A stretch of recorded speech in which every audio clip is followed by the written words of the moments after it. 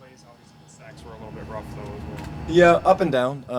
Obviously, his ability to make things happen is always a plus. He really threw 4 touchdown passes. The one got called back. But obviously some things that, he holding the ball too long, doing some things like that, or things that, he's addressed and that we've talked a lot about. But, again, he can play better, and when he does, that gives us a better chance to win. What's the line there? I mean, he talked about wanting to extend the play. It was on third down between that and getting the ball out quickly. Yeah, the 6 sacks that we had, I think, when we kind of looked at them, they were really a number of different factors. Again, kind of shared the blame. I know he probably took a lot of the blame for some of them. And some of them, again, he has to get the ball out of his hand. But, the touchdown he threw to Brandon was a third down. He kind of got caught up, kind of kicked back a little bit and found Brandon. So it's kind of, the risk-reward thing.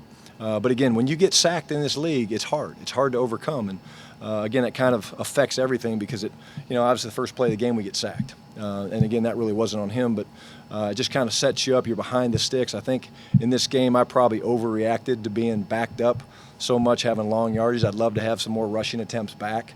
When you look at the balance, it wasn't good enough. But again, we're staying diligent on staying on him about, hey, get the ball to your hand fast, get completions, but he's going to make magic happen when he breaks quite a bit. What else, I guess, contributed to not getting the running game kind of going? Again, I think not having a lot of possessions. We only had the ball for 24 minutes. Again, we struggled on third down. Good defense. Chris popped a couple good runs. The one where he jumps over the guy coming out, that was really cool. We had a couple, 2 and 3 yard runs that if you could, get a little bit more guy covered up here or there, that would have helped. But again, obviously I need to do a better job of mixing the run. But again, we had quite a bit of, where we'd get sacked or we'd have a penalty. And you just want to kind of get that yardage back. So it's 2nd and 14 or 2nd and 13. You're like, hey, I got to get to third and manageable. Hard to do that running the football. So again, I can do better at that. That starts with me first and foremost. Speaking of Chris, he told me that when you were at Georgia, you actually recruited him a little bit when he was in community college. We did, yeah. I was wondering what you remember of Chris Carson from Butler Community College. Yeah, well, I remember sitting in the weight room talking to him out in Butler. But I just remember, when I came to Georgia, they talked about, this young man that was from the Atlanta area, from the Georgia area that they, really were excited about. So he was one of the first guys I went to go see. We had a great conversation. I just remember, him talking about football and what it means to him. And so when I first met him here, I kind of reminded him that. He remembered that.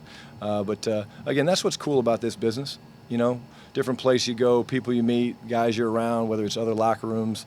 The relationship part of the business is things that, maybe not every ordinary day people that understand it, they don't understand how cool that is when you come across people. Case Keenum, for example, last week seeing him, we had him in St. Louis. That was cool. I hadn't seen Case in a while. But Chris, a really, really good young player. We expect great things from him.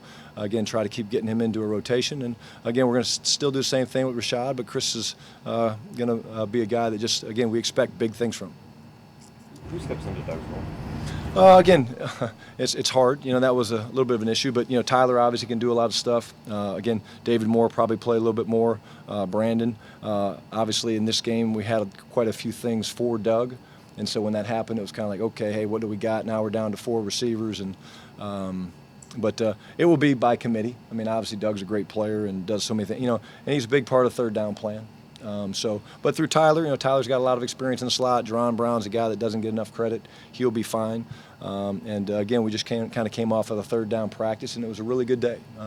Ball was getting shared around, to a lot of different guys, so that was good. You kind of alluded to this, but how much easier is it when you have a week to know you might not have a guy versus in game you lose that player and he was in your game? Yeah, well, it's hard. It's hard because he's been repping a lot of those plays during the course of the week. It's no excuse. We shouldn't be 2 of 12. That's not good enough on any of our parts. We obviously can't put ourselves in, I think 5 of the 12 were 3rd and 11 pluses. That's hard. But the 3rd and 1, we got to convert that. The couple 3rd and 3, 5s, we got to convert those. But again, it does affect you. You're trying to make some adjustments. Maybe you're asking a guy to do something he hasn't done that week, but certainly not an excuse, and we need to be better. Can Keenan Arnold's factor into that too? Because he had that role a lot in the preseason when Doug wasn't practicing. Yeah, he's been trained in that spot, so obviously he's a guy that can do that. He's very comfortable in some of those roles, and again, we trust him. The cool thing about Keenan is he's still learning the receiver position, but he sees it from Russ's perspective. So that's why with a lot of those routes that they're running, maybe in the slot, they have a good feel for one another. What jumps out at you when you look at the Bears from last week? Obviously, yeah. Well, no. Obviously, everybody wants to talk about Khalil, great player. You see that. I guess we had our choice to play him Monday night or in London, so we were going to see him one way or the other. But he's a great player. Adds a different dimension to him. I was around Leonard Floyd and Roquan Smith, the rookie linebacker and the other outside backer at Georgia. Terrific players, both great athletes. Roquan's extremely instinctive. The two guys inside can be dominant against the run, really powerful, Hicks and Goldman. So really good front seven, good secondary, and have all the respect in the world for Vic Fangio and his staff. They do a great job. Guys are well prepared. I've played against them quite a bit. So, again, be another great challenge for us going in there Monday night. But we're excited about playing. We know last week wasn't good enough.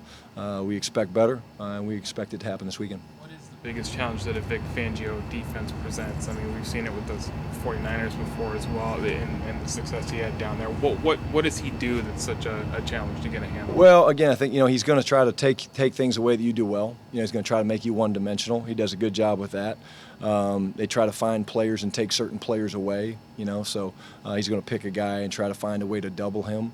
And then again, they play hard for him. So they rally to the ball. It's just a good scheme fit. There's a lot of that quarters coverage and stuff where they're trying to make you throw the ball underneath and limit the big plays. But well-coached team. They play very hard, and then they have some good scheme stuff that create problems for you. What do you need to see out of Rashad on Monday? Again, it's another opportunity. Young player. Certainly the numbers weren't what he expected or what we expected, but it wasn't just him. Again, try to find a way to get him into a rhythm. One of the ways of doing that, again, is by staying on the field. That kind of hurt us all a little bit in the running game, but he doesn't need to do anything different. I mean, kid's a great player. Again, first game, probably pressed a little bit. Again, try to find a way to get him the ball in space, let him do what he does, and I have no doubts that he'll do a good job in this game. How big of a boost was Will Dissly for you in that opener? Pretty awesome. Yeah, it's pretty cool. Excited for him because he got the rap of being a blocking tight end, right? And you obviously see that he can do some of the things that the complete tight ends do in this league, which is great. I'll be honest with you, a couple of the passes that we hit to him, those little seam routes or win routes we call them, I can't remember the last time we hit one. I mean, it's been a while. So for us to hit him on two of them, that was pretty cool. And then obviously the run after the catch. But even to that point, like the first one, to see a guy like Brandon Marshall where the ball doesn't go to him, and he sees this coming, unbelievable block. I mean, Brandon should get credit for the last 30 yards or so of that run after the catch because he did a great job. I think it was Roby or Chris Harris maybe that he peeled off on and got a great block. So if our guys continue to play hard like that, we won't have any problems. We'll work out the kinks on some of the areas where we weren't good enough, and again, we expect that to happen on Monday night. As a play caller, when that thing of the touchdown to Lockett, when everything kind of goes well and the design works out, the route's right, the throw's right, when everything goes well and you get that big play, just how fun on the sideline for you is that? It's awesome. Again, the emotion of the game is crazy.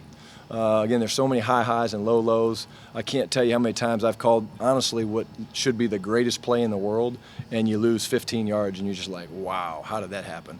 And then you call a play, you're like, oh, my gosh, this has no chance. Just close your eyes, and it goes for, a 40-yard touchdown. So, again, you try to, keep it pretty even. But, again, the emotion and why we play the game is to celebrate, to have fun. This is a young group. So they're energetic. They're looking around a little bit too. But the best part of the game is competing on Sunday, in this case Monday night. And I look forward to that challenge. And each week is a different challenge, and it presents its unique problems.